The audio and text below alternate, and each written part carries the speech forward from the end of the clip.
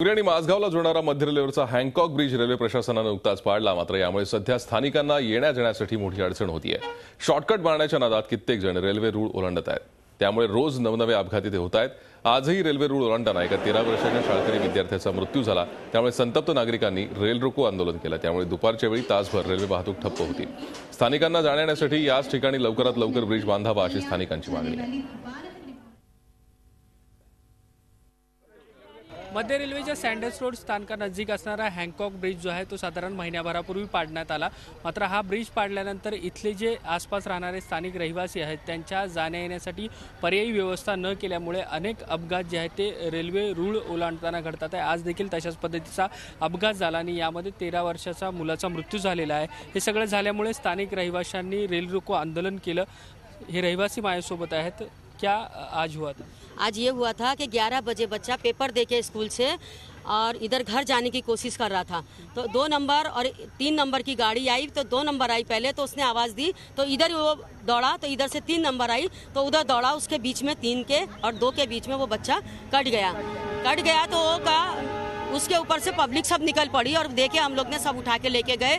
फिर उसके बाद में हम लोग ने गाड़ी पे रोके, ट्रेन सब रोके और साहब लोग से बात किए तो साहब लोग अभी तक कोई डिसीजन नहीं लिए हैं और ना कुछ अभी तक जवाब दिए हैं। कल 11 बजे पे छोड़ दिए हैं, बोले कल 11 बजे हम आएंगे, उधर आके देखेंगे और हम आपको फिर बताएंगे कि हमको कितने दिन में बना के देना है। आता नेमकी काय मागणी असेल किंवा इथे पर्यायी व्यवस्था काय केली जावी अशी मागणी?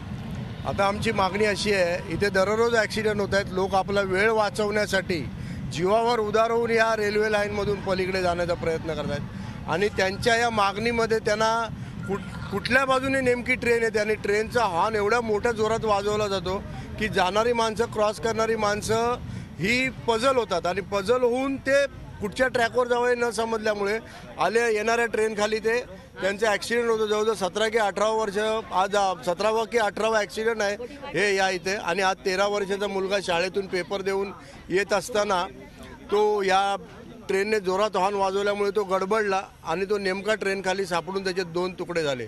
तर आमची याच्यासाठी BMCकडेच मागणी आहे, कारण रेल्वेवाल्यांना आम्ही जर ॲप्लिकेशन दिलं तर ते BMCवर ढकलतात। BMC रेल्वेची परमिशन नाही म्हणून सांगतात। तर नेमकी आता BMCची पाईपलाईन वरून गेली, ती तुम्हाला इथून दिसेल।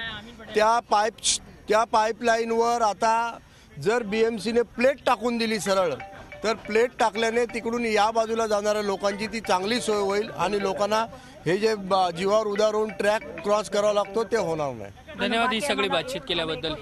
व्हिडिओ जर्नलिस्ट संदेश बैकरसह Devendra Kolhatkar, Zee Media, Mumbai. Zee 24 तास रहा एक पाऊल पुढे।